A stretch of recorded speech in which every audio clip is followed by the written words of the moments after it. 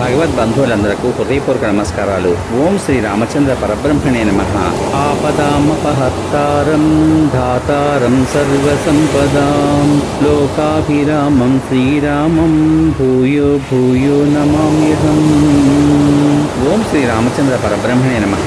శ్రీ వాల్మీకి రామాయణం బాలకాండం 33వ సర్గయందు గల 1వ శ్లోకం నుంచి 26వ శ్లోకం వరకు గల అన్ని శ్లోకముల యొక్క వచన భావసారాన్ని బ్రహ్మదత్తుడు కుశనాభుని కుమార్తెలను పరిణయమాడుట అనే కథగా విందాము. కుశనాభుని మాటలు విని ఆ 9 కన్యలు తండ్రి పాదములకు నమస్కరించి ఇట్లు పలికారు. తండ్రి, సర్వవ్యాపి అయిన వాయువు చెడు మార్గమును అవలంబించి మమ్ములను తిరస్కరించుటకు ప్రయత్నిస్తున్నాడు. ధర్మాన్ని లెక్క చేయడం లేదు. మా తండ్రి గారు ఉన్నారు, మేం స్వతంత్రులం కాము, మా తండ్రి మమ్మలను నీకిచ్చునేమో కోరుకో అని మేం చెప్పగా పాపాశయుడైన ఆ వాయువు మా మాటలను అంగీకరింపకుండా మమ్మల్ని ఈ విధంగా పీడించాడు అని చెప్పారు. పరమధార్మికుడు మహా తేజస్శాలి అయిన కుశనాభుడు వారి మాటలు విని వారితో ఈ విధంగా అన్నాడు. పుత్రికలారా, ఓర్పు కలవారు మాత్రమే చేయదగిన క్షమించుట అను గొప్ప పని మీరు చేశారు. ఇది చాలా ప్రశంసనీయం. మీరందరూ ఒకే విధమైన ఆలోచనతో నా వంశగౌరవాన్ని కాపాడారు. స్త్రీలకైనా పురుషులకైనా ఓర్పు అనేది అలంకారం కదా. క్షమించుట అనునది చేయశక్యం కాని పని. రూప యవ్వనాదులు గల దేవతలకు ఓర్పు ఉండుట ఇంకా కష్టం. మీరందరూ ఒకే విధమైన ఓర్పు చూపడం ఇంకనూ మెచ్చుకొనవలసిన విషయం. పుత్రికలారా, ఓర్పే దానము, ఓర్పే యజ్ఞము, ఓర్పే సత్యము, ఓర్పే కీర్తి, ఓర్పే ధర్మము. ఓర్పు మీదనే ఈ జగత్తు నిలిచి ఉంది. కుశనాభుడు ఈ విధంగా పలికి కన్యకలను లోపలికి పంపివేసి వారి వివాహమును గూర్చి మంత్రులతో సమాలోచన చేశాడు. కన్యాదానం చేయడానికి తగిన దేశ కాలములను గూర్చి, తగిన వరుణకు ఇచ్చుట మొదలైన విషయాలను గూర్చి ఆలోచించాడు.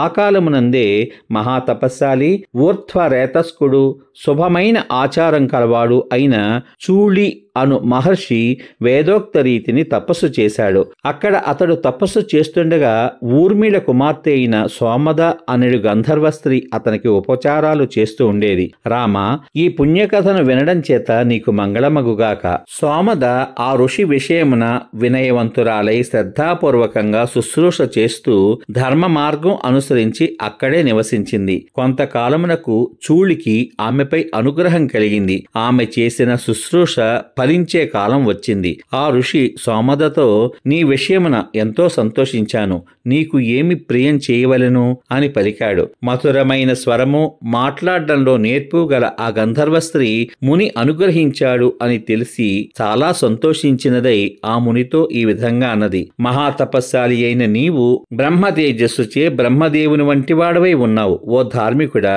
నేను బ్రాహ్మమగు తపస్సుతో కూడిన పుత్రుని కోరుకుంటున్నాను. నాకు భర్త లేడు. నేనెవ్వరికీ భార్యను కాను. నిన్ను ఆశ్రయించి ఉన్న నాకు నీ తపోబలం చేత అట్టి కుమారుని ఇవ్వండి అని పలికింది. ప్రసన్నుడైన ఆ బ్రహ్మర్షి ఆమెకొక అత్యుత్తముడైన పుత్రుని ప్రసాదించాడు. అతడు బ్రహ్మదత్తుడు అని, చూళి మానసపుత్రుడు అని ప్రసిద్ధి పొందాడు. సోమద కుమారుడైన ఆ రాజు దేవరాజు స్వర్గమునందు వలె కాంపిల్యా నగరమునందు అత్యధికమైన ఐశ్వర్యంతో నివసించాడు. సుధార్మికుడైన ఆ కుశనాభ మహారాజు తన 9 కన్యకలను బ్రహ్మదత్తునకు ఇయ్యాలి అని నిశ్చయించుకుని బ్రహ్మదత్తుని ఆహ్వానించి ఆనందభరితమైన హృదయంతో తన 9 కూతుళ్లను అతనికిచ్చి వివాహం చేశాడు. దేవేంద్రునితో సమానమైన బ్రహ్మదత్త మహారాజు క్రమానుసారంగా ఆ కన్యల హస్తాలను గ్రహించాడు. అతడు హస్తములను స్పృశించగానే ఆ 9 కన్యలను గూను తొలగి బాధ శాంతించి గొప్ప శోభతో ప్రకాశించారు. కుశనాభ మహారాజు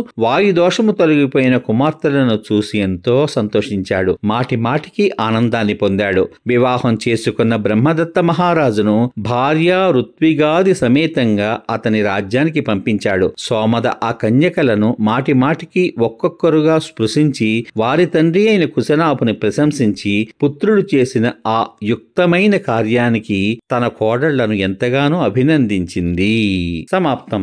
ఇంతవరకు మీరు శ్రీ వాల్మీకి రామాయణం బాలకాండం 33వ సర్గయందలి గల 1వ శ్లోకం నుంచి 26వ శ్లోకం వరకు గల అన్ని శ్లోకముల యొక్క వచన భావసారాన్ని బ్రహ్మదత్తుడు కుశనాభుని కుమార్తెలను పరిణయమాడుట అనే కథగా కథగా విన్నారు. రేపటి భాగంలో శ్రీ వాల్మీకి రామాయణం బాలకాండం 34వ సర్గయందలి గల 1వ శ్లోకం నుంచి 23వ శ్లోకం వరకు గల అన్ని శ్లోకముల యొక్క వచన భావ సారాన్ని గాధి జన్మ వృత్తాంతము అనే కథగా వింటారు. ఓం శ్రీ రామచంద్ర పరబ్రహ్మణే నమః.